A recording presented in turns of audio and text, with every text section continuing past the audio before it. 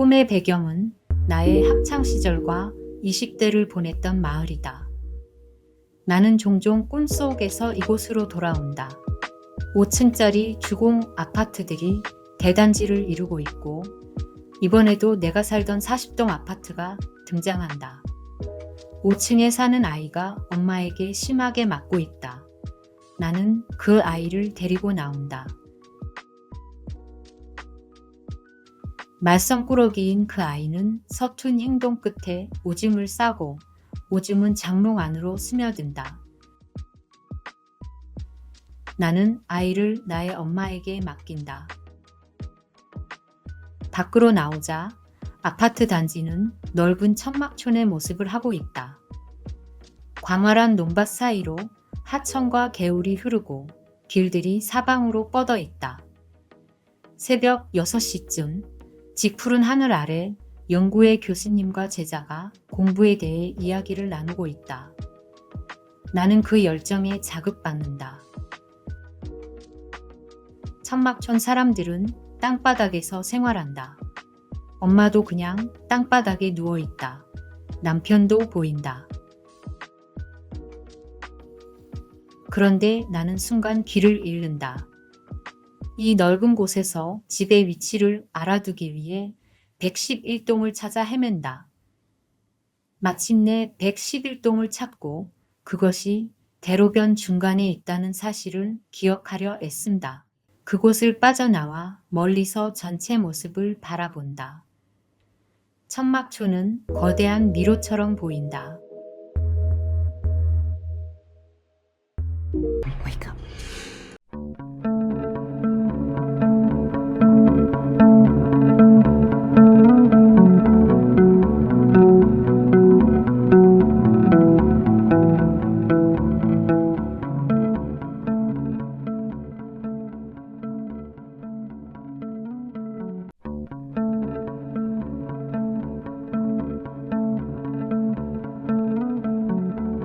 천막촌의 풍경은 꿈꾸니가 예전에 살던 두 마을을 떠올리게 합니다. 이 마을들은 꿈꾸니가 성장기를 보낸 곳으로 꿈속에서 자주 찾아가는 장소이죠. 그러나 그곳의 길은 언제나 막연하고 아련합니다. 그럴 때면 늘 답답함을 느끼죠. 그것은 그리움입니다. 답답한 그리움이란 아마도 지금의 삶에서 그 시절의 중요한 무언가를 놓치고 있다는 막연한 각성일지도 모르겠습니다. 그래서인지 그리움은 우리를 과거로 퇴행하게 만듭니다. 퇴행은 언제나 모성 컴플렉스와 깊이 연결되어 있습니다. 꿈의 큰 구조를 보게 되면 전체 조망이라고 말할 수 있겠습니다. 그리고 전체를 조망하기 위해 111동이라는 숫자가 중심점이 되고 있습니다. 꿈은 무엇을 말하고 있는 것일까요? 종종 꿈은 과거의 어느 특정한 장소와 시기로 꿈꾸니를 데려다 주죠. 유년 시절의 중학교 또는 고등학교나 어릴 적 살았던 집으로 말이죠. 꿈은 왜 같은 장소로 계속해서 초대하는 걸까요? 학창 시절과 20대 청년기를 보내던 장소로 꿈은 꿈꾸니를 반복적으로 소환하고 있습니다. 두 마을은 꿈꾸니의 정체성 형성기가 농축된 장소입니다. 무언가 만들어지고 있던 그 시기는 긍정적이든 부정적이든 혼란의 시기였을 것입니다. 그리고 반복해서 등장한다는 것은 아직 풀지 못한 나의 과제와 연결되어 있던 시점이라는 것을 암시하고 있습니다. 꿈을 꾸고 있는 현재의 시점 역시 꿈꾸니는 또다시 무언가 형성해가는 시기와 맞물려 있었을 것입니다. 그러나 과거, 장소의 소환이 말해주듯 형성기 안에서 변환을 이루어야 하는 문제, 즉 남아있던 과제를 풀어야 하는 문제에 봉착해 있을지도 모릅니다. 이는 꿈꾸니가 느끼고 있듯 그 시절 무언가 중요한 것을 다시 발견해야 할 필요성이 지금의 삶에서 대두되고 있다고 볼 수 있습니다. 그렇다면 먼저 정서에 주목해야 합니다. 이 꿈에서 그것은 그리움으로 나타납니다. 꿈꾸니의 그리움은 단순한 추억에 대한 향수가 아닌 먹먹함을 불러들이는 모성 컴플렉스와 관련해서 탐색해 보아야 할 것입니다. 이것은 단번에 드러나지 않죠. 앞으로의 삶에서 찾아 나서야 하는 과제가 될 것입니다. 실제 꿈꾸니가 5층에서 살았듯이 5층에 살고 있는 남자아이는 꿈꾸니의 측면을 여실히 드러낸다고 볼 수 있습니다. 그 아이는 자신의 엄마로부터 심하게 얻어맞고 있었죠. 아이의 입장에서는 현재의 상황이 속수무책입니다. 부모가 화를 내면 화를 있는 그대로 받아내고 부모가 사랑을 주면 그 사랑을 있는 그대로 받을 뿐이죠. 능동적인 위치에 서지 못하는 아이를 꿈자아는 그 폭력적인 자리로부터 데리고 나옵니다. 성인이 된 지금 우리의 아픔은 어린 시절 환경으로부터 비롯되는 경우가 대부분입니다. 그러니 지금의 이 상황이 당신의 탓이라고만 말할 수 없습니다. 다만 성인이 되었으니 자신의 이러한 부분을 탐색하려 하지 않는다는 것이, 즉, 주체의 자리에 서려 하지 않는다는 것은 지금의 잘못이라고 말할 수 있습니다. 우리가 보통 이야기하는 상처 입은 내면의 아이를 꿈자아는 발견하고 구조하고 있습니다. 이 아이는 그가 생존을 위해 억압해온 상처 입은 내면 아이입니다. 주목할 점은 이 아이가 장롱에 실수를 하여 오줌이 스며드는 장면입니다. 이는 단순히 수치스러운 실수가 아니라 자아의 통제권을 벗어난 자율적 에너지가 분출되고 있음을 상징합니다. 억압되었던 본능적 활력이 의식의 통제를 뚫고 터져 나온 것이죠. 아이의 서툰 행동은 적절하지 않은 장소에서의 배설로 이어지고 이것이 가리키는 방향은 장롱입니다. 성인이 된 꿈꾸니에게 있어서 지금의 아이 같은 충동성이 장롱이 상징하는 모성 컴플렉스와 밀접하게 연결되어 있다는 암시로 여겨집니다. 장롱은 그 집안의 대표적인 가구로 옷과 이불, 때로는 안주인의 중요한 물건들이 보관되는 곳입니다. 그리고 아이가 마치 엄마의 품에 파고들듯 도피처가 되는 곳이라는 점은 누구도 부인하지 않을 것입니다. 배설의 실수는 억압된 요소가 자아의 통제를 벗어나 자율적으로 방출되고 있음을 보여주죠. 방출은 해소의 의미라기보다는 억압할 수밖에 없었던, 즉, 의식으로부터 인식되지 못한 혼란스러운 정서들이 분출되고 있는 형국입니다. 자연스럽게 받아들여지지 못하고 비난과 통제의 대상이 되었던 아이의 정서는 제자리를 찾지 못해 억울하고 소외된 감정, 수치심, 그리고 이면에서 튀어오르는 충동과 욕구 등의 정서로 아이를 부자연스럽게 만들어가고 있었을 것입니다. 하지만 꿈자아는 아직 다듬어지지 않은 원초적 생명력을 다룰 힘이 없습니다. 그래서 자신의 엄마에게 아이를 맡기죠. 이것은 연약하고 부정적인 모성으로부터 긍정적 모성으로의 위탁이기도 합니다. 한편으로 이는 회귀 욕구의 가능성으로 이어집니다. 퇴행의 모습을 지닌 회귀는 토대를 다시 형성하기 위해 필연적이면서 동시에 위험합니다. 우리는 살아가면서 견고하게 쌓아 올린 삶의 구조가 한순간에 모래성처럼 무너져 내리는 순간을 맞이하기도 합니다.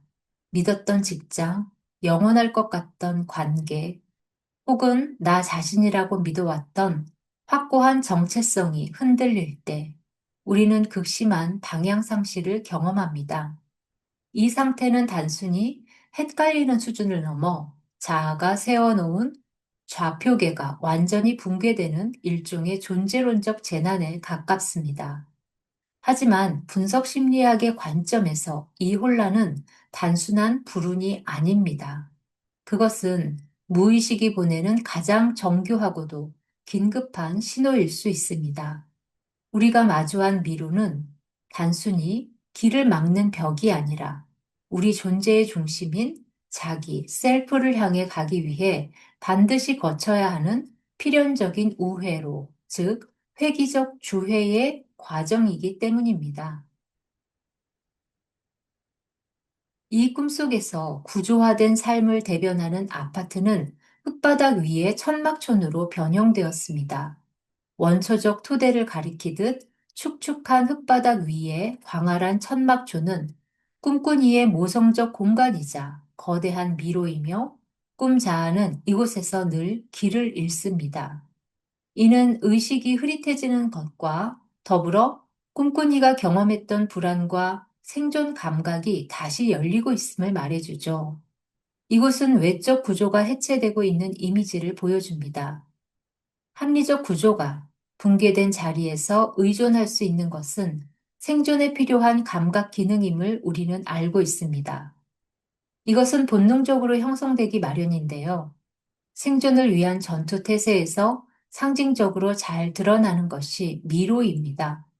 미로는 혼란 그 자체로서 죽음의 길이기도 하며 모든 개성화 과정에서 만나게 되는 깊은 숲속의 오솔길이기도 합니다. 숲은 무의식을 대변하죠. 모든 이야기 속 주인공의 시련을 볼 때 그들은 숲을 통과해야 한다는 사실입니다. 그래서 우리의 인생에서 새로운 질문을 던져야 할 때가 바로 숲에서 일어나며 통과 의례의 장소는 미로의 상징으로 나타난다는 사실을 확인할 수 있습니다. 자, 이 상태에서 자아가 생각해야 할 것은 무엇일까요? 이때 뚜렷한 목적이 설정되는데 그것은 출구를 찾는 일입니다. 개성화 과정에서 만나는 길은 곧장 갈 수 없는 길이며 멀리 돌아가야 하는 우회로와도 같다는 말이 있습니다. 이 꿈속에서 40동이라는 아파트는 순식간에 해체되며 축축한 흙바닥 위에 천막촌으로 변해버렸습니다. 이것은 심리적 지층의 급격한 변동입니다. 기존의 것이 사라지고 원초적 토대가 드러나는 이 과정은 자아가 감당하기 힘든 심리적 퇴행을 의미합니다. 이 천막초는 모성 컴플렉스가 지배하는 카오스의 공간이라고 할 수 있습니다. 이곳에서의 퇴행은 새로운 토대를 형성하기 위해 필연적이지만 동시에 자아가 무의식의 늪에 함몰될 수 있다는 점에서 매우 위험합니다. 이 혼란스러운 무의식의 미로는 사실 아주 오래전 고대 신화 속에서도 그 기괴한 얼굴을 드러낸 바 있습니다. 오늘 우리는 고대 신화 속 괴물의 얼굴을 통해 우리 삶의 미로 속에 숨겨진 고통의 건축학적 구조를 잠시 생각해 보고자 합니다. 우리는 왜 가장 익숙했던 장소에서 갑자기 길을 잃게 되는 것일까요? 영웅 길가메시가 숲에서 대적해야 했던 산지기 훔바바의 얼굴을 두고 주름이 마치 미로와 같았다는 표현이 있는데요. 대적해야 하는 존재, 넘어가야 하는 존재를 맞닥뜨린다면 당신은 어떻게 할 것입니까? 이것이 회귀가 지니고 있는 위험성입니다. 문명의 안락함 또는 기존 것에 익숙한 우리는 자아 의지의 발동 없이는 그 누구도 자발적으로 미로 안으로 들어가려 하지 않을 것입니다. 우리는 언제나 안전하고 쾌적한 지름길을 찾기 마련이며 내 자녀에게도 그러한 길을 찾아가라고 독려합니다. 인류 최초의 신화 길가메시 서사시에는 삼나무 숲의 수호자 훔바바가 등장합니다. 그의 얼굴은 흔히 창자처럼 꼬인 미로로 묘사됩니다. 왜 하필 얼굴이 미로일까요? 얼굴은 우리가 타자와 마주하는 자리입니다. 그런데 이 얼굴이 미로라는 것은 그 존재가 의식을 빨아들이는 무의식의 복합 구조임을 의미합니다. 훔바바는 문명적 자아인 길가메시가 억압해온 원초적 자연, 즉 거대한 그림자입니다. 길가메시는 이 훔바바를 죽여버리는 선택을 합니다. 하지만 이는 치명적인 실수였습니다. 훔바바는 단순히 제거해야 할 괴물이 아니라 셀프, 자기로 향하는 문턱의 수호자였기 때문입니다. 길가메시의 행위는 문턱을 넘을 열쇠를 찾기도 전에 대문을 부수어버린 것과 같습니다. 무의식의 수호자를 파괴한 자아는 결국 통합의 기회를 잃고 그 대가로 극심한 죽음의 공포에 직면하게 됩니다. 우리 역시 삶의 미로를 만났을 때 그것을 빨리 없애버려야 할 적으로만 간주한다면 더 큰 심리적 파국에 직면하게 됩니다. 미로는 자아를 가두기 위한 감옥이 아니라 우리를 단련시켜 더 깊은 내면의 중심으로 향하는 통과 의례의 장소입니다. 동이틀 무렵 아름다운 광경이 펼쳐집니다. 검은 하늘은 짙은 파란 하늘로 바뀌어 곧 강한 빛을 맞이할 설렘을 품고 있습니다. 그 아래 광활한 논밭과 가로등의 빛, 그리고 배움에 몰두한 스승과 제자의 모습은 꿈 자아를 각성시킵니다. 새벽 6시, 의식이 깨어날 시간성은 새로운 국면을 암시합니다. 아직 어둠이 가시지 않은 거리의 가로등 빛 아래에서 배움에 몰두하고 있는 지적 열정은 회귀의 공간, 퇴행의 자리, 원초적 토대에서 정신적 차원의 재구성으로 이어질 준비임을 암시하는 분명한 메시지를 전달합니다. 아까 이 혼란스러운 상태에서 생겨나는 뚜렷한 목적, 즉 출구를 찾는 것이라는 이야기를 했는데요. 꿈은 출구를 어떻게 찾아야 할지 힌트를 주고 있습니다. 출구를 찾기 위해서는 내가 어디에 있는지를 알아야 하겠죠. 그것은 하나의 기준점이고 중심점이라는 것을 꿈은 말해주고 있습니다. 그렇다면 이 거대한 미로 속에서 우리는 어떻게 다시 자아의 축을 세울 수 있을까요? 꿈꾸니는 혼란 속에서도 필사적으로 111동을 찾아 헤맵니다. 이 111이라는 숫자는 흩어진 정신 에너지를 하나로 모으는 원형적 질서의 상징입니다. 1의 3번 반복은 자아, 무의식, 자기, 혹은 과거, 현재, 미래, 또는 의식, 개인 무의식, 집단 무의식으로 그려볼 수 있습니다. 기독교에서 삼위일체의 상징성은 하나의 본질이 세 표현으로 존재하는 상징 구조입니다. 그런 점에서 111은 분열이 아닌 동일 중심의 다층화를 의미합니다. 분열되지 않고 하나의 중심축으로 연결되어 있음을 의미하는 것이죠. 또한 새벽 6시에 푸른 하늘 아래서 교수와 제자가 배움에 몰두하는 장면은 매우 결정적입니다. 이는 혼란스러운 모성적 카오스를 뚫고 올라오는 부성적 로고스, 즉 명료한 의식의 빛과 정신적 재구성을 상징합니다. 지금 미로 속을 헤매며 지체되고 있다고 해서 스스로를 자책하지 마십시오. 개성화 과정에서 만나는 길은 결코 직선이 아닙니다. 길을 잃고 우회하며 때로는 과거로 퇴행하는 그 모든 굴곡진 경로가 사실은 당신을 온전한 존재로 빚어가는 신성한 공정입니다. 꿈의 통찰이 우리에게 남긴 가장 강력한 메시지가 있습니다. 아무리 개떡 같은 바닥일지라도 바로 그 자리에서 시작해야 한다. 현실을 회피한 추상적인 구원은 없습니다. 흙바닥에 누운 엄마와 남편을 긍정하듯 볼품없고 무너진 당신의 현재 기반을 있는 그대로 직시하십시오. 그것이 바로 미로를 통과하는 유일한 열쇠입니다.